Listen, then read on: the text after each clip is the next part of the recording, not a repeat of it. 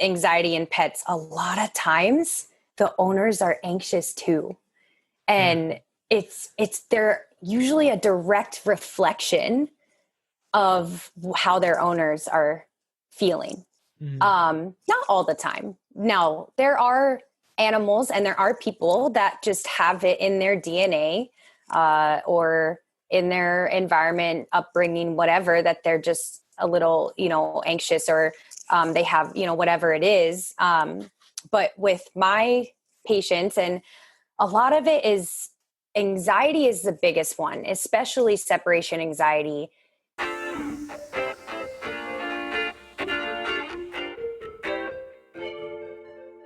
The big question is this: how do we take a seemingly ordinary world and make it beyond extraordinary?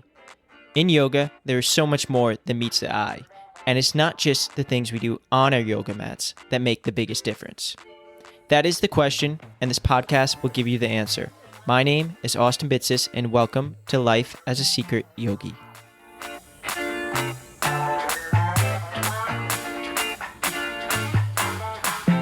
Hello, everyone, and welcome to the Life as a Secret Yogi podcast. I'm your host, Austin Bitsis, and today we have a super exciting guest, Gabby Pagana. She is an integrated vet who uses holistic methods to heal animals. She's an acupuncturist for animals as well. She's written about her work in many prominent publications such as PopSugar, Blooming Culture, Health Bud, and more. And you could definitely check her out on Instagram at peacelove_vet. So Gabby, welcome to the show, and I'm super happy to have you on. Hi, thank you so much for having me. I'm super excited to be here. Yeah, no, this is a really interesting episode, and it fits perfectly because for everyone that is listening right now, this episode will be published in the future. So you might already know if you follow us on Instagram for the Secret Yogi Society, but I just adopted my dog, Olaf, like the Frozen character with the snowman. Love it. So this is perfect. And Gabby, we spoke before, but we could kind of jump right in because I was following your Instagram.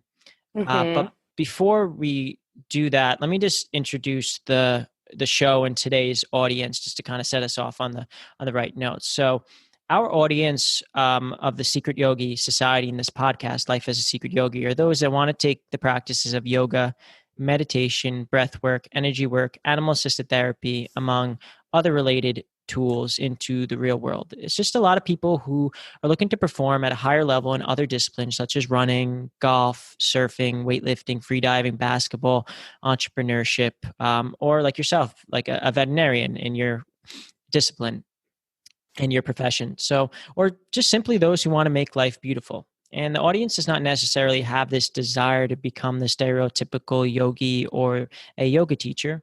Nevertheless, this audience would like to utilize these tools such as yoga, meditation, and other related practices to make life beautiful. So in short, this message of the secret yogi is that we all have this heroic self. It's our inner source that we cultivate through these tools of yoga, meditation, breath work, animal-assisted therapy, among these other related practices, to make our seemingly ordinary world extraordinary. It's that we all have this superhero that lives within, and these tools allow us to tap into our quote superpowers. And these superpowers are being mindful, being aware, love, focus, and just creating happiness from within just to list a few, and ultimately feel great in a body that we love. So really hope this episode unlocks your own superpowers for everybody listening right now. And if you like it, consider leaving a written review and rating wherever you're listening to right now, and consider sharing it with at least one person. So Gabby, I saw on your Instagram that actually Devin Davis, she's been a co-host on the show before. She's also a yoga teacher. She showed me on your Instagram that you were working with a Den Urban Dog Retreat. Yes. And I thought that was like the coolest thing. We actually were just doing a meditation for our cat, Buddha. And she said she was just listening to it, and he came up on the bed and just laid right next to her, totally zoned out. Oh my gosh, I love it. Yeah, I mean, that dog you were doing acupuncture on, he was just so relaxed. Like, can you tell us a little bit more about that and like kind of what you were working on within, I guess, this dog retreat? Yeah, of course. So the Den Urban Dog Retreat is this beautiful little secret sanctuary in LA, and which is where I'm located at. And this place is just a dream for pets and honestly people alike. You walk in and you're instantly calm. There is so many little spots for dogs to just zen out. They have little beds and cushions, and there's waterfalls and music and sound healing, crystal therapy. I mean, as you know, holistic as you can honestly get. So Yeah. yeah, so they, over the past few years, and even when I was in vet school, we've kind of done some partnerships. I've gone there and taken some dog yoga classes. And, you know, they've taught me some things and vice versa. I've gone there and taught a few things too. And recently, we kind of started launching where I'm going to be going once a month, on top of, you know, kind of my normal schedule. So it's hard to do too much, right?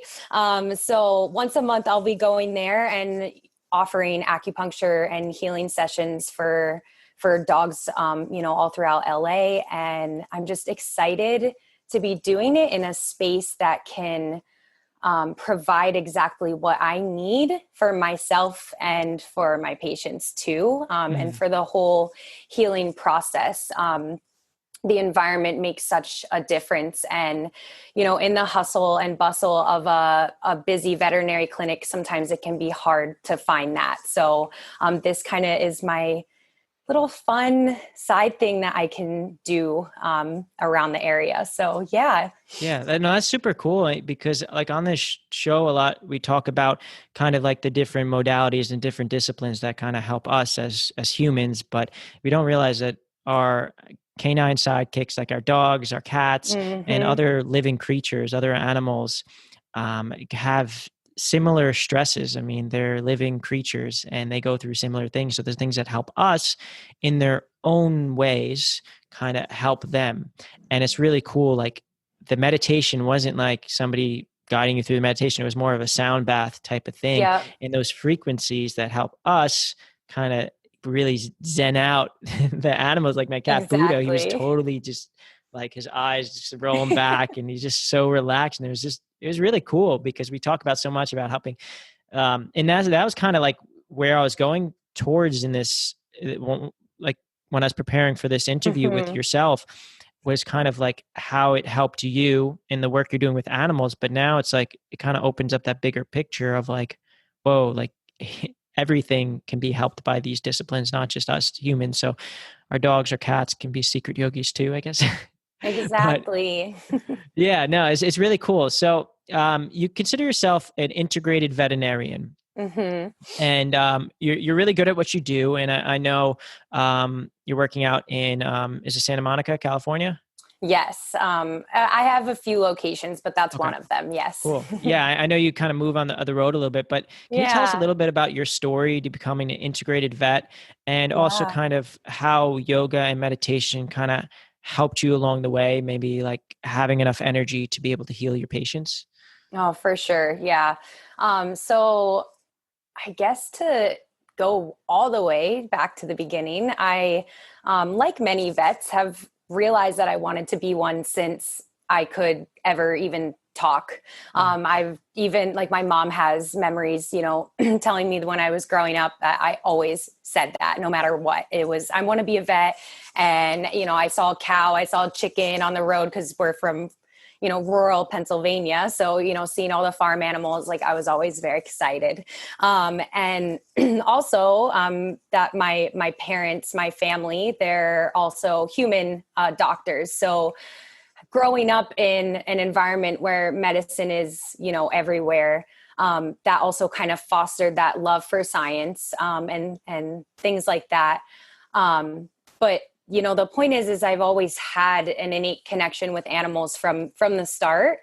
And, you know, becoming a veterinarian was what I thought, you know, was my destiny, I guess, and kind of my, not just my career, but a vocation as well.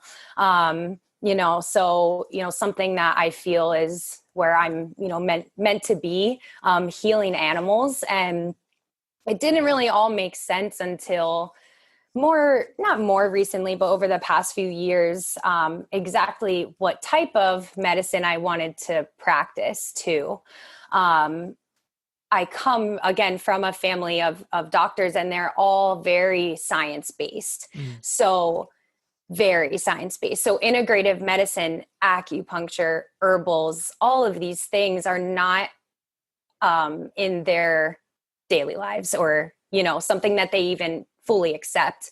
Although I think they've become more accepting since I've been, doing it over the years. So, anyway, so, but I've grown up with an open mind throughout all of that, regardless. And that is, I think, what my saving grace is that I have a very open mind. So going through, college and being stressed out trying to become a vet and get into vet school in the first place.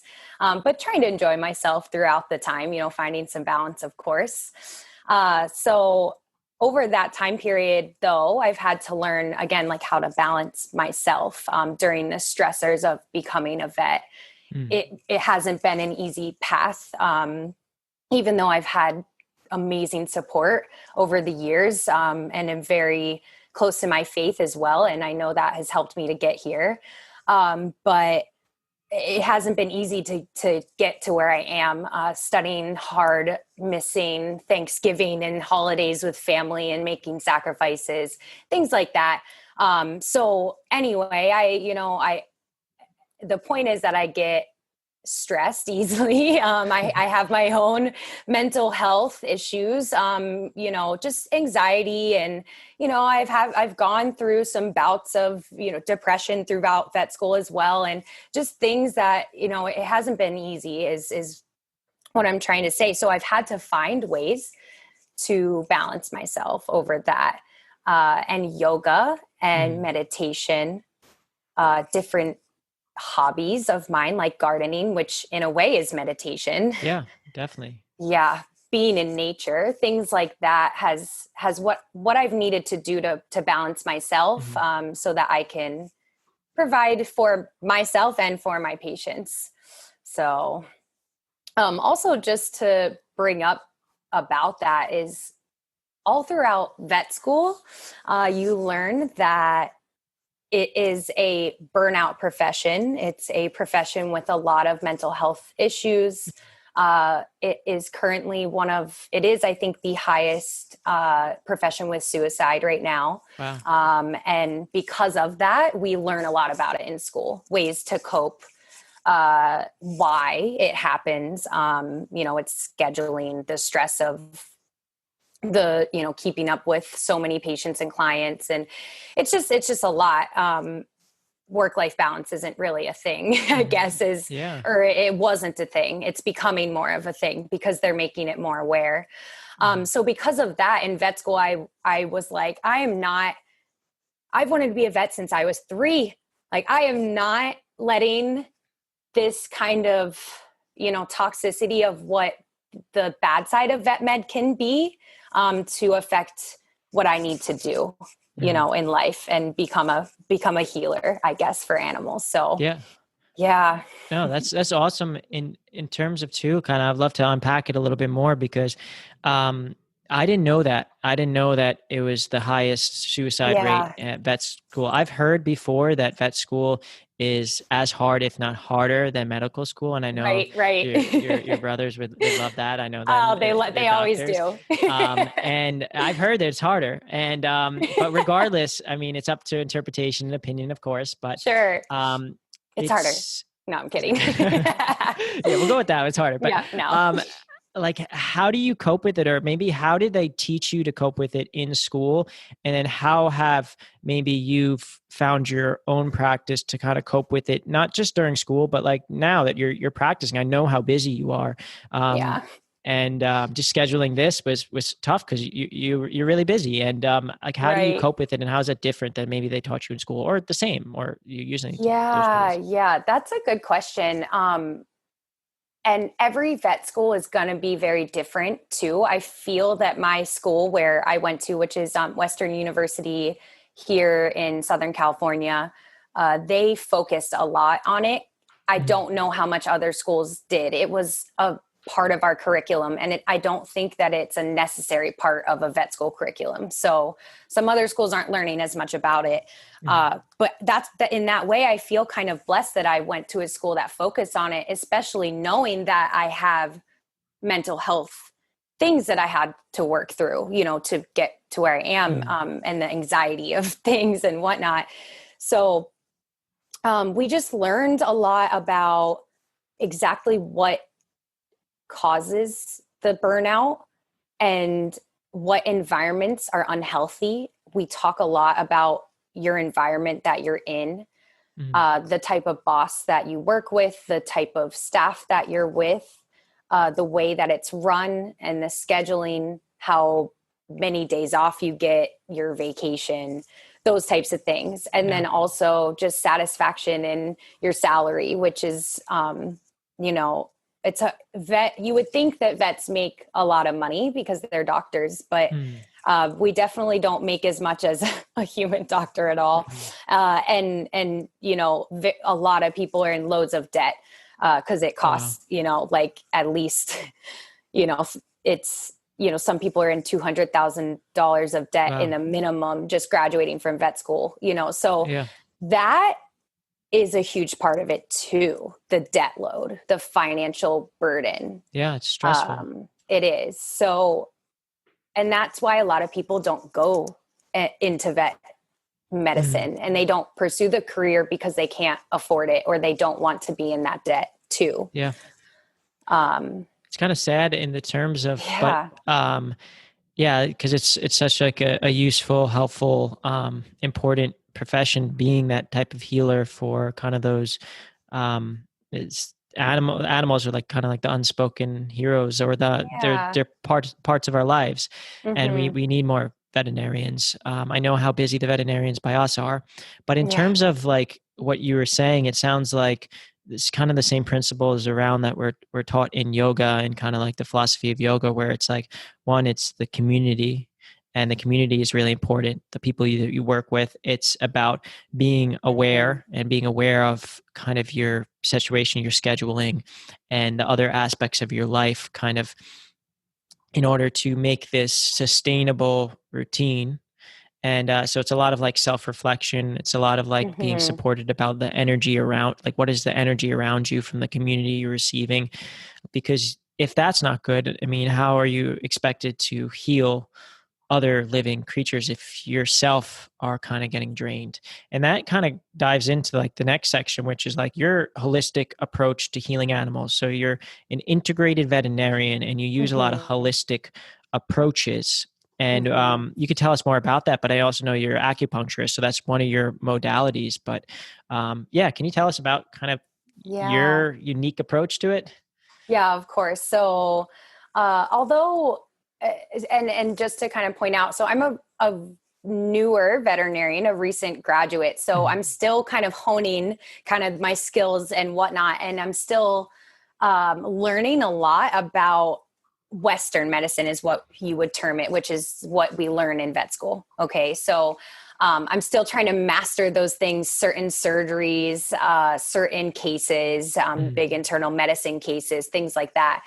But what is awesome is that I've been able to use the foundation that I've got throughout vet school, becoming a certified veterinary acupuncturist during vet school. I also became a food therapist, both through the Chi University down in Florida, which is one of the many, or not many, schools that offers veterinary acupuncture certifications and holistic medicine. Cool. Yeah, for sure. And I hope to continue, working with them. But anyway, I practice acupuncture, herbal medicine, food therapy, all of these different things that not many veterinarians do. And that's considered Eastern medicine. And I like to integrate it with the Western medicine and the stuff I learned in vet school, the traditional kind of what we think of as medicine, the science, all of that. And I integrate it with the Eastern side and find the best way to heal my patients with both, not just with one or the other. And some diseases, some cases, some patients, whatever it is, need both, and some need one and some need another. There are emergency cases that there's just not an herb that can help the certain the broken whatever. I can't think of a scenario right now, but there's other medications that we use for certain emergencies, whereas especially chronic diseases is where Eastern medicine and integrative medicine can come into play. Hormonal imbalances, skin issues, behavioral disorders. So those are the things that I love to treat with that. I have a lot of herbs that help anxiety in pets. That's one of my favorite topics as well, in animal and human medicine, really. So I really like to integrate all of that so that I'm healing my patients, really not just with Band-Aids. Certain things can just be Band-Aids, an antibiotic for this, certain things like that. I try to use and find the root cause, use tools to get to the root cause, find that, and then heal it and heal them from really the inside out or the outside in, whichever way needs to go first. But really a lot of times, whatever's imbalance on the inside will manifest on the outside, or in your emotions or whatever. It's been fun to find and experiment too, through these different modalities. So I'm excited to continue experimenting, but also knowing and trying things that I know are going to help heal them too. Yeah, I love this idea of like integrated, because I mean, Western medicine, there's so many advances. It's really came such a long way, and it's super helpful. But at the same time, there's aspects of Eastern medicine that have been around for thousands of years that still work in this like approach of like, it's not a one-to-one. It's like either you believe in Western, you believe in Eastern. Sometimes it's case by case, or sometimes it's just integration of like kind of how you explain what you do. And it's really cool because I mean, we see it not like, I'd love to talk a little bit more about this anxiety in dogs, because I've seen so many dogs now on pills for anxiety, and people and dogs. And it's like, I wonder kind of what the approach you're doing with dogs and how it compares to people, or is it the same thing just as a living beings? Like, is it similar in a sense? It's so similar. And just to bring up a point about anxiety in pets, a lot of times the owners are anxious too. And they're usually a direct reflection of how their owners are feeling. Not all the time. Now, there are animals and there are people that just have it in their DNA, or in their environment, upbringing, whatever, that they're just a little, anxious, or they have, whatever it is. But with my patients, and a lot of it is anxiety is the biggest one, especially separation anxiety, especially lately with COVID. Separation anxiety has been one of the biggest complaints I've heard from owners coming in. Like, they'll come in and they'll talk to me about their main problem, maybe a dental infection or an eye thing or whatever they're coming in for. And then they say, can you help me out with my dog is just so anxious lately. Always by my side. If I even leave for 10 minutes to go do something, they freak out. They've never done this before. So COVID's kind of almost created dogs. They've realized, or they're like, wow, my owner's home all day. This is great. They walk me 5 times a day. This is awesome. They're like, they're bored and they're hanging out with me. So they're just so used to that. So my approach, I guess, to circle back to that, my approach with these patients is, first, I take a really detailed history and try to get an understanding from the owner exactly what the triggers are, exactly what the behaviors are. Is it restless panting? Is it chewing up things, scratching at the door, barking, crying, whining. There's so many other things that can be anxious behaviors, hypersalivation, whatnot. Try to figure out what they do when they're anxious. Again, triggers and kind of how the owners are trying to cope with it and what they've done so far too. There's a lot of veterinarians out there that, and this is what you're taught in school, is to prescribe, there's anti-anxiety medications and there's antidepressants. The main two medications that are used for those two issues is trazodone, which is similar to like an alprazolam in people, anti-anxiety, anxiolytic, and then an SSRI, Prozac, or fluoxetine. And I find a lot of people kind of over prescribing it. They hear that the dog is just a little anxious or whatever, and it's just automatically given without any further question. But that's because too, mental health in humans and in animals has not been, so focused on until the more recent years or decade, or so. And we've been able to understand it more. So I think that's a part of it too, is some newer vets are learning different techniques on how to treat it without a big drug like that. I don't like giving an SSRI if I don't have to, unless this dog is really aggressive and it's about to be like euthanized or something, because, that's when I might reach for that medication, or when I'm trying to heal them with the other things, but maybe I need to kind of help with these other drugs too, until I can get them more balanced. Yeah. So really I use a lot of herbs is the main thing. I have one herbal prescription I use literally called Shen Calmer.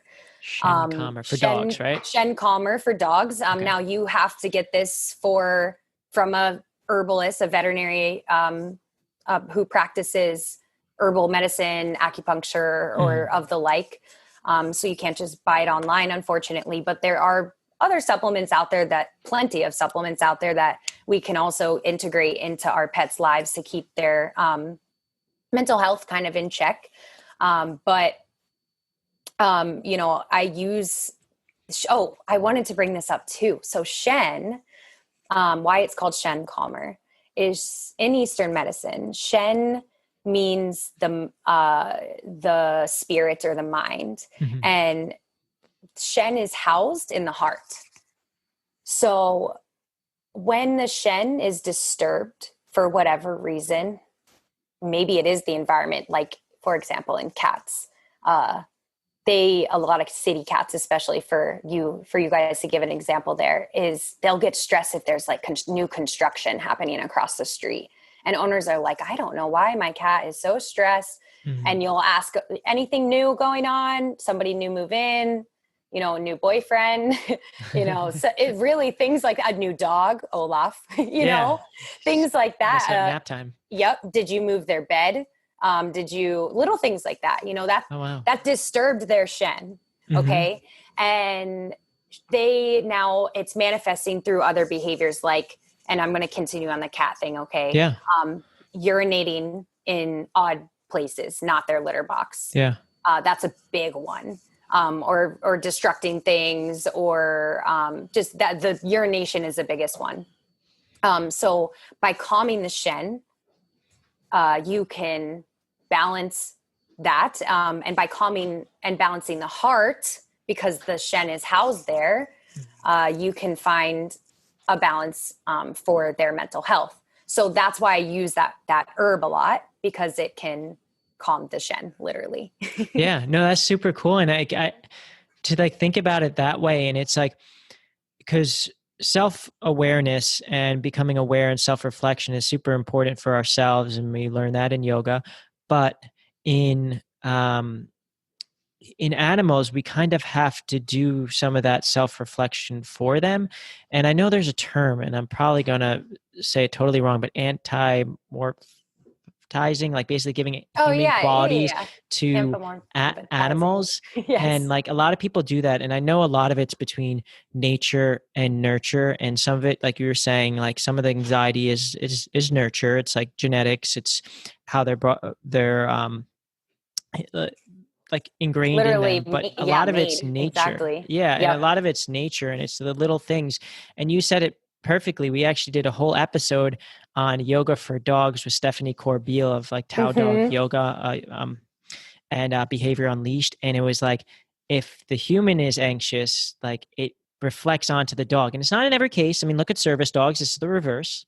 Yes. But at the same time, like they really read, like they don't, like that's why I bring up that term that I can't say, but basically giving animal qualities to giving human qualities to animals, because it basically, people are portraying something that thinking that these animals should behave this way, but in reality they respond to different things. That's why like the sound bath was really cool, because it's the frequencies, but like they can't speak for themselves. They can't be like, well, there's construction outside, it's upsetting my nap time, and the dog's like nipping me when I'm trying to like eat my food and like move my bed. Like, what are you thinking about? And it's like, they don't have these human qualities. They don't have these conversations with us. So it's really cool that like these Eastern type of medicine approach to it, like really helps us get, like read and become aware of our animals and also of ourselves. Because if we're zenned out,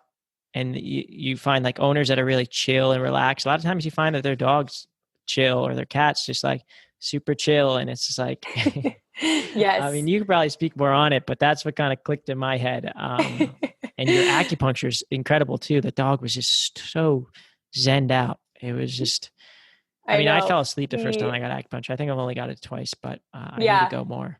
I wish it was covered by insurance. For real. I think some actually do, or I'm not sure. I remember I was getting it a few years ago as well. And that's actually one reason why I pursued it too. But I was getting it for some like really chronic neck pain and my anxiety for both. Cause I'm like, what else can I do? And oh my gosh, I loved it. And I need to find one myself, but I do it on myself too, which is funny because it's translatable. Yeah. Exactly. Yeah. Yep. The points are almost the same. And not only do I do dogs, I can do cats, I can do a rabbit, I can do a horse, I can do a turtle, a lizard, a snake. Yes. Cool. Yes. I know. Right. So now you have to think of, because it's all anatomy, right? So you have to think about the anatomy in each being that you're thinking of. Now, birds have a little bit different anatomy than us, obviously, with the way that their feet are and different things. So when I do acupuncture on myself, and it's funny because when I was learning, I learned a lot on myself too. And then I translated that to my actual own dogs that I have here, which one of them's a bulldog. And that might be the worst patient or specimen to learn on because their anatomy is so jacked up, which is another topic, but I love them anyway. So, I've, even on the turtle, all the back points are gone. You can't use those. They have a shell. So what do you have to do? Well, then I used all the foot points and the leg points and the head points. So I use what I can, and what I'll reach. And that kind of, I'll lead into something quick too is, and that dog in that video that you're referring to, he wasn't forced to lay like that. He chose to lay like that. And that's, I don't make my patients sit in a certain way or if I'm working with another, like a veterinary nurse, I don't have them hold my patients a certain way so that I can get to the one point here and do the things like that. I let them do what they want.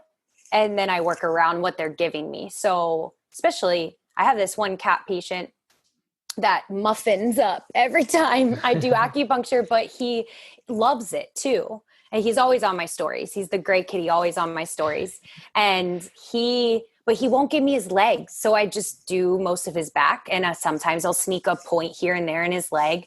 But you have to work with them too. But yeah, it's definitely a cool modality to use. Yeah, and it's super. I love the term translatable because Yeah. it really is, and you see it like, oh, it relaxes myself. But like animals who are not going to put on this um, this like sugar pill or like this like they're not going to be convinced unless it works. And you could really tell in an animal. Where a human, it might be Yes. like, oh, it's kind of like in their head. I'm at The loss for the placebo term. effect. The Placebo effect. placebo Exactly. effect. Humans are Exactly. easily be able to convince, but an animal Yeah. doesn't lie. An animal, Yep. and that's the greatest, one of the lessons that we speak about of like, what are the lessons we learned from our dogs or animals or our cats, and is that they they don't lie. They're very truthful, they're unconditional, and they are very expressing their emotions for that moment. And it's really cool, and it proves that a lot of these modalities really do work and help. And actually, I have something written in my notes because I read a book last year, and it called "Dog is Love: Why and How Dogs Love You." I forgot who the author is, but it was a really good book I picked up at the library. And we discussed this last time when we spoke about like when you touch your pet, it affects kind of on these cortisol levels, and maybe we could speak a little bit about like oxytocin and our dogs, since we're kind Yeah. of talking about like this relationship between like our animals and us. Yes, of course, for sure. So anytime that I need to read that book. I know what you're talking about. But anytime you touch any being really, but an animal, and they've done studies on this too, your cortisol goes down, which is the stress hormone, and your oxytocin goes up, which is the love hormone, or people call it the cuddle hormone or the happy hormone, one of the happy hormones, and it helps with other hormones in the body, serotonin and whatnot. So it's so cool that, I guess, going on the topic of, like animals being emotional support for you, and vice versa, right? Mm-hmm. I don't know if you've ever heard of those things called the thunder shirts for dogs. Yeah, But you I've can, heard of the pressure. yep, Yeah. exactly. So it's that pressure, but you can think of that like if a human is swaddling a baby, or that love, that same with if you're holding your dog close, if they're nervous or whatnot, especially if it's a smaller dog, you can hold them. That helps them feel safer, protected, because of that cortisol going down and then that love hormone going up. But it's so cool that, and the one study is that, by sitting there and petting your dog for, I forget the length of time, but something short, like a minute, it increases the levels by, twofold compared to just one touch, or a quick touch to a human or something like that. So even they show that pets even have a higher amount of the oxytocin running through too, which is so cool. Yeah. And that we both can feel the effects too, not just one or the other. Yeah, no, that's awesome. And yeah, when I read that book, it was a really cool book. I really do recommend it for yourself, but also for anybody listening right now. It's called like "Dog is Love: Why and How Your Dog Loves You." And yeah, and it's super cool that we're talking about the anxiety issue too, because it's like you mentioned, like it's happening during COVID, and I'm thinking it right now. It's like the COVID boomers, like the puppy boomers of COVID, because everyone's getting a puppy, including myself. Yes. I was going to get one regardless. I was just waiting for the right kind of schedule on my And life. I guess it happened. Yeah. But it's a COVID boomer. And and they're going to deal with these anxiety issues that are maybe not nature. They're more nurture, because we're with them 24/7. You know what? You have to go in the office a few days a week starting in the new year, and it's going to be rough. So it's like, it's cool that there's other approaches than kind of popping a pill for your dog. Unless they really do need it. Right, exactly. And so I want to talk too about like the yogic lessons we could learn from our pets and nature. And I really consider pets also plants, because not everyone's like a pet person. Some people are allergic to certain pets. Like my nephew, he's allergic to literally his hamster. And it was like, it's really sad because he's a really nice, like, boy. I mean, he's 5, but he's really nice. And then they got a bearded dragon named Lego. You can actually see it on the secretyogisociety.com. He's part of our team. They asked me to put him on there with Buddha and Olaf. And that's so cute. And he has this, but like he was able to find that connection. But also like plants. Before I had a cat and a dog, I always grew up with animals, but there was a short term where I didn't have it. I just had plants. And I consider all these like portals to nature. Yeah. And they're portals to like connect us with the energy field around us. Like we were just talking about it before. It's like, if you're anxious, a lot of times your dog picks up on that. And, and it just shows that we all share the same energy field, which is why like these tools like acupuncture, energy work, sound baths all work together. So it's really cool. And we can learn so much about these like short little portals to nature and towards showing us that there's connectiveness in our life. So my first question is like, maybe what yogic lessons can we learn from our pets? And then maybe we could like talk about your dog Kaio. Did I say that right? Kaio, right? Yes, you adopted? Kaio. Yes, of course. So you just hit it right there. Like you learn so much from plants, nature, animals, just all of that, everything, and just sitting outside, and being in a calm, you hear the wind blowing, there's trees around you, whatever it is, even just that is so peaceful. And we can learn so much from the trees. Like I was just reading something and I was like, oh my gosh, that makes so much sense. I'm going to start living like this, where think of like a tree in the fall, especially where you guys are at, because I don't have really that many maple trees and things like that, pine trees, whatever.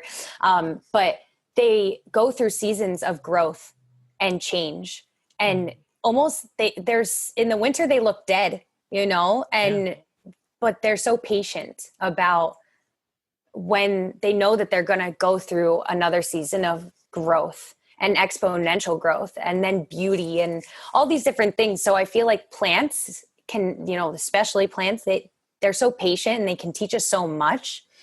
Animals too. I mean, you can learn so much from them. The fact that they can just, most of the time, unless, they have really high anxiety, like we keep talking about, but they can just sit there and lay there and not have anything to do. And they're fine just sleeping there.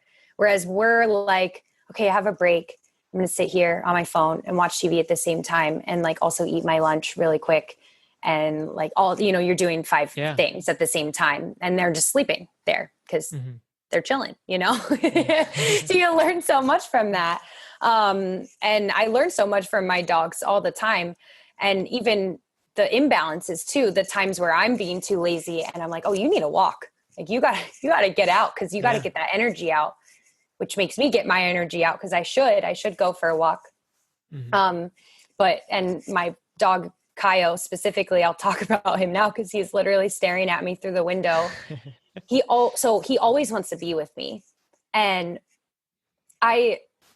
at first I couldn't tell if it was, but he's always by my side, like wherever I go in the house. And so I adopted this dog, Kaio, Cayo.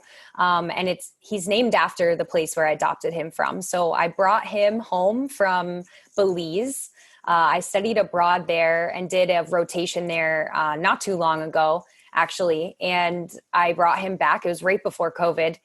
So he was like a COVID boomer, honestly. So I flew him back from Belize. Actually, he had to wait 2 weeks after me. So I came to LA before him, had to pick him up for the airport because I had to wait till his rabies vaccine was within a month time of when it was administered. So there's a lot of hoops that I had to cross. Thankfully I had a lot of help getting him, but he was where I adopted him from. He was a street dog in San Ignacio, in the Cayo district of Belize. It's a really well-traveled, amazing, beautiful area in Belize. I encourage everybody to go there. It taught me so much about myself. A good yogi place for sure. They use a lot of nature and plant medicine. But this dog Kaio was like almost my protector when I was there. I went there I went there by myself. I ended up having another vet friend, to be with throughout most of my time there. Thank God. I had somebody, but I still was doing it all kind of alone, and would walk. I had to take the bus to where I was working at a wildlife rehab. And it was a good 30-minute bus ride from the main downtown where I was staying in San Ignacio. And this street dog, this big black street dog, he's who knows what he is, you do the genetic Rottweiler. Test? We need to. Okay, I remember last time you spoke, you said you were. We haven't done it yet. I know. So it's on my list. So he's some sort of Rottweiler hound. We learned he's definitely a hound with the way he barks and yowl, like he's always howling, and it's so cute. So anyway, he started following me from where I was staying to the bus stop every day, and even it was almost like he was protecting me, and he like knew my schedule. He would some days towards the end, like he would a few times he would be waiting for me at the end of the day, like at the bus stop even. And he like patrolled the streets everywhere. He lived a good life, to be honest. You know, I mean, being a street dog, at least he had a lot of people that he'd go to the school at like noon and get fed lunch by all the school kids. And like, you know, he knew how to navigate the streets for sure. He knew how to beg for food from the tourists, and he got me. He got me hooked. He was following me around, and I eventually walked in after I would give him some of my scraps and stuff. And eventually I walked in and bought him a bag of dog food and literally would carry it with me. And whenever he'd come by, I'd give him food. And, you know, he was just seriously like my buddy. So, and I would even experiment. Like we walked really far one day. I'm like, let's see if he'll follow me. And he followed me like 2 miles into this like hike type of area, and like the river. And like he followed me everywhere. So he was seriously like my little sidekick. And so I brought him home. And, you know, to make this long story short, he is just such we have this special connection, and he protected me back then.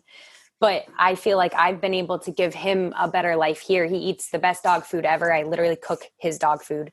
Like, you made it well. Yeah. I mean, he sleeps in our bed, which I don't love that he sleeps in the bed, but I feel so bad for him. I'm like, you lived on the street and you slept in dirt. You deserve to be squished in my bed. And I don't care. Like, I'll cuddle with him. But, you know, we have just such a connection. And I actually had an animal psychic kind of talk to me a few months ago, just about some things. We were friends. So I just was asking her questions about my dog. And she said that I had this extreme connection with Kaio, because we were all in a room together. And she said, I can feel this energy from your heart and his heart, and they're like connected. And she's like, I know you love the other dogs too, and you have a connection with them in another way. And I can see that. But this one is really strong. There's a difference in this relationship, almost like there was a protection or something, like he needed you and vice versa. So when I heard that, I was like, wait, that's how I feel with him, you know? And he, you know, although I have 4 dogs, and I would never say he's my favorite, because, I don't have a favorite. Of course, they're my kids, but he is my youngest little baby, the youngest child. So I love him, and he has taught me so much. And, you know, it's really been a great story and a great life, you know, showing him this place and vice versa. So yeah, that's so amazing. It almost sends like chills up, like to hear that, and in terms of like such like a connection. And I'm sure a lot of other people who are listening may feel that with their animal. And like you hear these stories over and over again. It almost reminds me what he was doing. Like there's this great podcast. So if you're not liking this podcast, go check it out. No, but after this podcast, check out. It's called Dog Tales. It's like it's a really like kind of highly published, like they have writers and stuff, but Nice. it's like stories on like heroic dogs. And there's one on like Fido, the dog. Yes. Oh my gosh. And it kind of reminds me of that. And there's other dogs where they would like wait at the bus stop for their owner, and then like something tragic happened and they kept going back and forth. I remember there's a Akita, I think in Japan, that I remember reading a story on that one too. And there's these connections. But I mean, the other thing you said about like this season approach of like kind of like it almost looks like there's death, but it's really just like this kind of waiting period, or like this like a dormancy, the regrowth, right? and then it's like this cycle, and you don't really think about that. And I guess that's a lesson that we can learn from our plants, or at least plants in places where the seasons change. But but yeah, no, it's really cool, like this connectiveness. And I love the story of Kaio. And I think that's like a great point to kind of bring this to a close. But before we bring this to a close, I want to ask you two things. The first one is like, what's next for you? Like, what are you working on? I know you're kind of working on your own brand, and everyone can kind of check you out what you're working on there. But first, I mean, follow you on Instagram at peace. What is it? Is peace love _vet. _vet. Yeah. All right. That's easy to remember, and it'll be in the show notes as well. But can you tell us a little bit more about what you're working on and where people could follow you? Thanks for asking too. I mean, like I said before, I'm still kind of in the beginning stages of my career. And I am still figuring out exactly where I want my direction to go. There's so many amazing opportunities out there, so many job opportunities and business adventures and things like that. So right now, I'm trying to work on personal branding.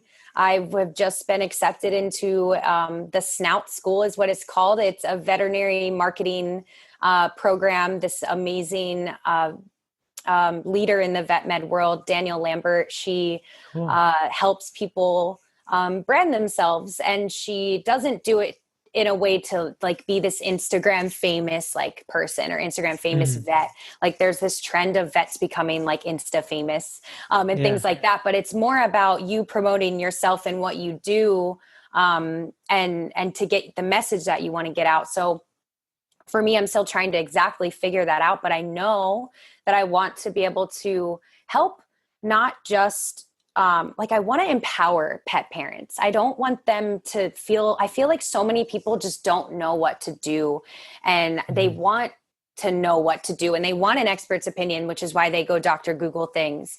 And having a better way for pet parents to be advocates for their pet's health and knowing what they need to do, from nutrition to supplements to exercise, a balanced lifestyle. And that's what I want to be able to provide, as well as my acupuncture in-person things too. But my goal is to kind of create, launch Peace Love Vet into kind of like a consulting service, and be able to also do these partnerships. I work with Healthy Bud.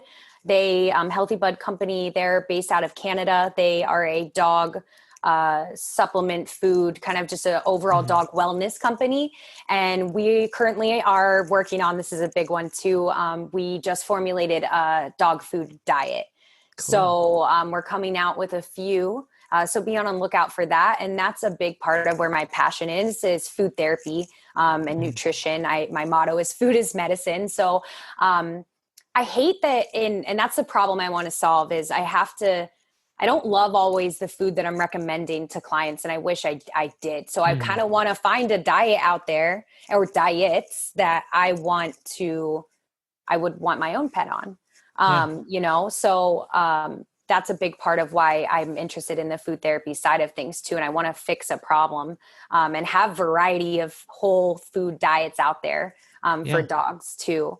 So I hope to do more of that, integrative consulting for people. I've always had this passion of creating almost like a subscription service or something where people can reach out to you, the vet.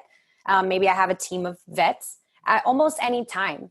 for little questions. People have simple questions that they just want answered, and they don't want to go into the vet office for that. So that's kind of a gap that I want to fill, is those simple daily lifestyle questions that owners have that aren't the big medical thing. And I want, where it's a big, serious medical issue where they need to go to the vet hospital, I want to find a way to help them back at the preventative medicine side too. So that's cool. Where you can kind of see some stuff with me. I'm also working at right now Green Dog Dental and Wellness, which is in Santa Monica, California, as well as Sherman Oaks, California.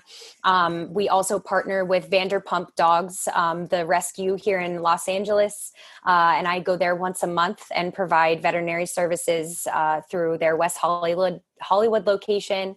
And I also work for, and this is with the same boss, so I'm not, doing too many things, but, during my full-time job, I'm also working for a mobile vet clinic that we basically serve like VIP clients here in Los Angeles. So that's been also pretty fun thing. So if you're in the LA area, come check me out at those locations. And if not, check me out at Peace Love Vet or _vet. And we can, kind of keep up with me and where I'm going to be heading to in the next, it's going to be happening soon. Austin, I'm getting there. Like this personal branding's getting there. So it's about to launch. Yeah. Let me know if, congrats on that and that program. And let me know if you need any help. I mean, digital marketing is what I kind of do besides kind of yoga. I teach yoga on the side, but I'm a digital marketer.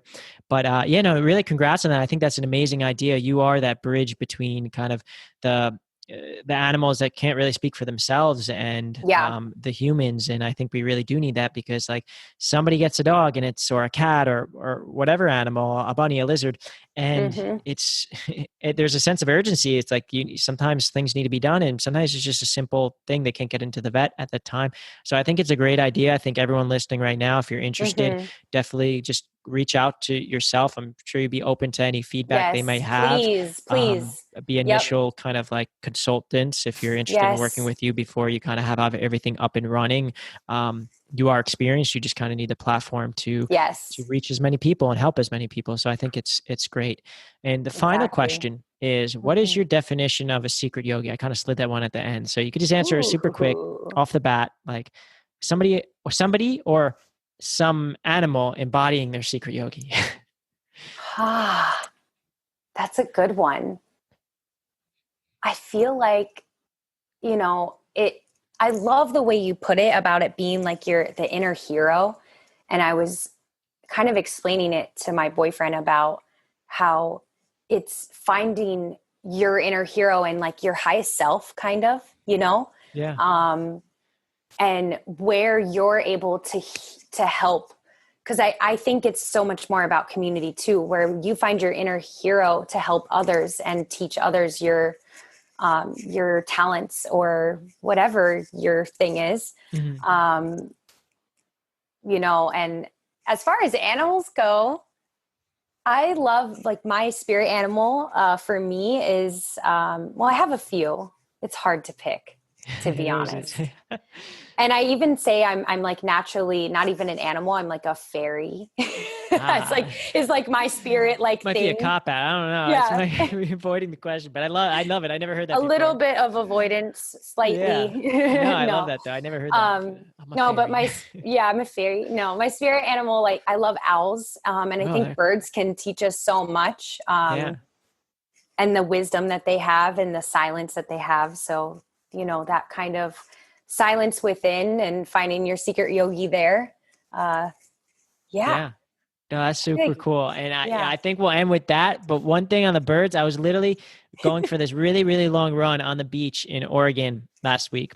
And I was 10 feet away and I looked up from this bald eagle. It was huge too. Like I never seen a bald eagle that close. Like I've seen them flying in the sky and just looks at me and just swoops right around me and then just lands right behind me, maybe like another 30 feet behind me because I was running.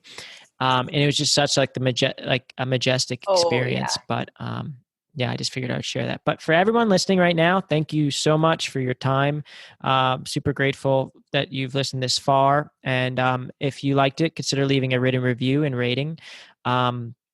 if you like to work one-on-one on your physical yoga practice or meditation or breath work with myself or Devin Davis, who's another expert yoga teacher that works with us, check out the website, www.secretyogisociety.com. And if you just want to leave feedback, recommendations, or simply say hello, also just check out the website.